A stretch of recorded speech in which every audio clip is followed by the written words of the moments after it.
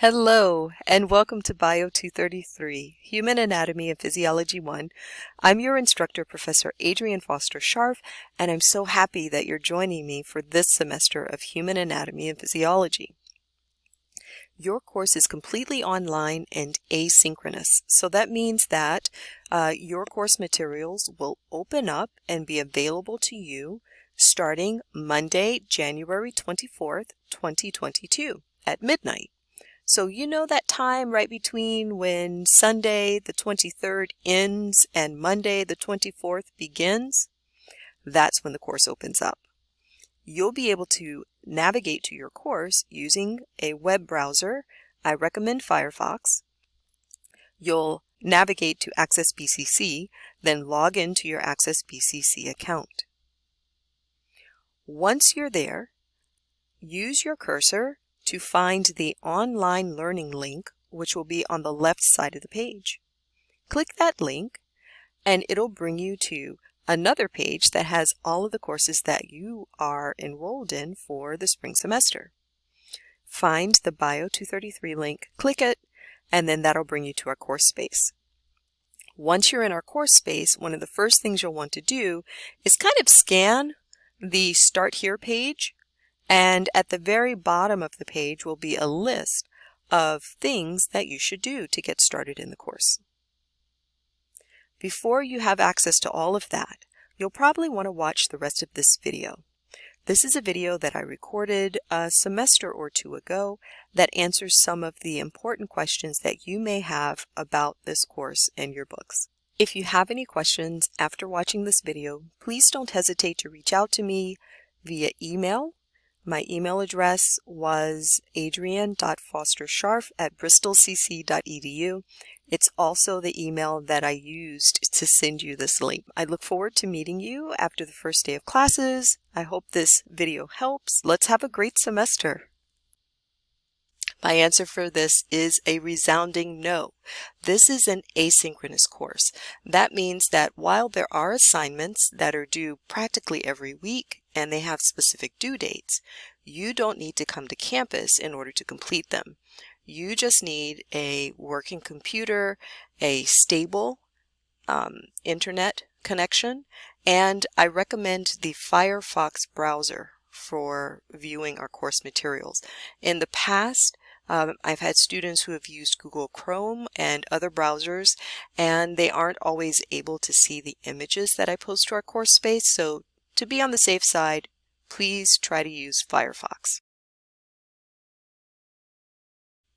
So this is a great question, and I'm glad you asked it. Your lecture materials will always be available by 10 a.m. on Monday. 10 a.m. on Monday. If they're not available, please let me know. I might have forgotten to click a checkbox, or I may have set the timing wrong on the course space, but I think I've got it right. Hopefully everything goes the way it's supposed to. Your assignments are always due the following Sunday by 11:59 p.m. Please don't wait to start an assignment by 11:58. You won't be able to submit it. It'll be marked as late. So please plan your time so that you can start early enough to have everything submitted by 11:59. Every week there will be a quiz in the lab materials, so you'll want to make sure that you've done that and have that in by Sunday at 11:59. Homeworks and exams happen a little bit less frequently, but the due dates for those assignments are generally posted on the course calendar in your course space, so you can keep track of your exams, lab practicals, big tests like that using the course calendar. And again, that's on your in your course space under course calendar. Homeworks and things are a little bit different. Those are typically due by the exam that corresponds with the homework assignment. So for example, all the homeworks in chapter 1 are due with exam number 1. But I really recommend that you turn in the homework assignments a little bit earlier than that, just so that you're not trying to scramble right before an exam to do homework and to study. So this is another really great question. Textbooks. Like most faculty at our college, I use Merriam-Webster's Human Anatomy, and I believe we're using the 11th edition. It's the one with the gymnast on the cover. Ideally, you'll be able to use this book not just for Bio 233, but also for Bio 234. Keep in mind, some professors choose different textbooks, so there is a possibility that you won't use this text, but the majority of us do use this textbook, so hopefully you'll get 2 semesters worth of work out of it. For lab, I recommend that you use the companion lab manual. So this is by Marieb and White, I believe. No, it's Marieb and Smith, by Marieb and Smith, and you want the 13th edition. It's the one that has the bicyclist on the cover. Be certain that you choose the edition that says fetal pig, because if we wind up being on campus for Bio 234 and you're doing dissections, it's likely that you'll be doing a fetal pig dissection versus a cat dissection. If you're buying your books through the bookstore, there's a few options about how to acquire your books. There is an electronic bundle that includes your textbook, a modified Mastering A&P code, and a lab book, and it's an electronic bundle. So you can buy that. That's like the first option listed on the bookstore website. The second option is to purchase the textbook as a paper-bound book and the lab book as a paper-bound book. So those are the last 2 options that you see on the website.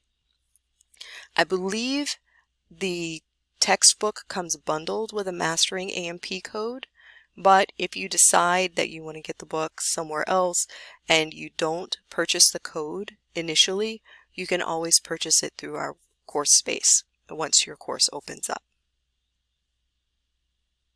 No, you don't actually need Mastering A&P to be successful in this class, but I do recommend it. Some students find it to be useful for reviewing ahead of an exam or going back through the chapter and focusing on specific topics, but you don't have to have it. It's completely up to you.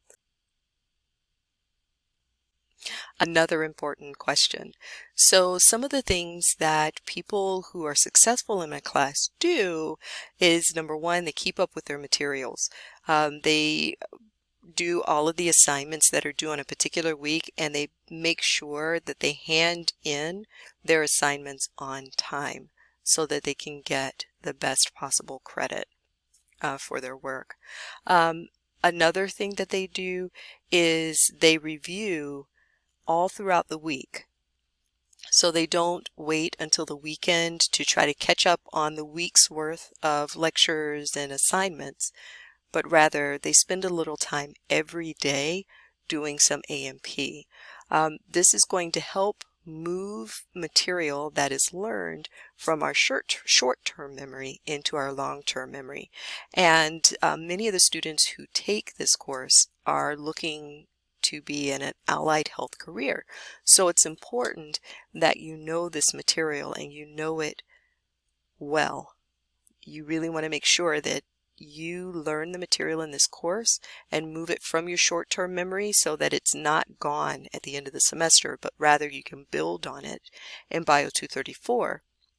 And then when you go to your professional school and your instructors expect you to know the structure of a muscle or how the bones fit together to make joints, things like that, you don't have to go back and review it because you've already learned it. So spend at least 1 to 2 hours, I would say closer to 2 hours, most of the days of the week, just reviewing and going through your A&P materials. You want to be sure that you set aside at least 2 hours to go through the lectures.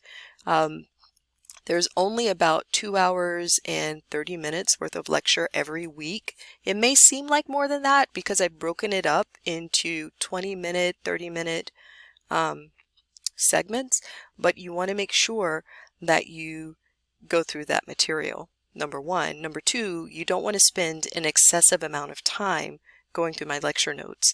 If we were meeting on campus, you would have me for an hour and 15 minutes twice a week, and you would do the best that you could to write down what I was saying, right? Only focusing on the important points. The temptation when you take an online course is to write down every single thing I say as I lecture.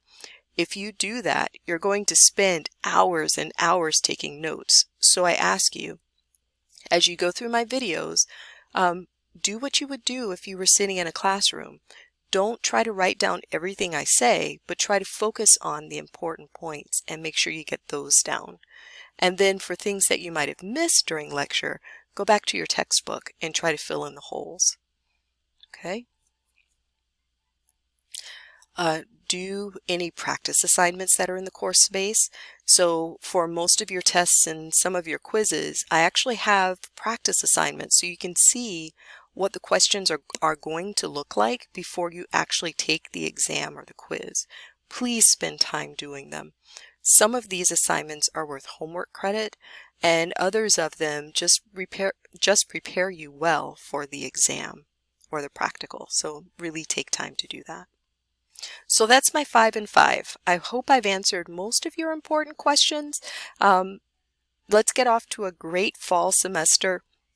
Oh, one more thing. After classes begin, if you want to contact me with any questions you have about the content of the course, the organization of the course, or about maybe something that you heard about in the news that's related to A&P, please reach out to me. I am here to guide you through this course, but I also want to know who you are and I want to help you get through the material. You can contact me either by email, text, or office hours. I'll be in and out of my office, so phone calls are not ideal, but text, email, phone, and office hours are your best bet. I look forward to working with you this semester. I hope you have a wonderful time and learn a lot in this course. And I'll see you next week.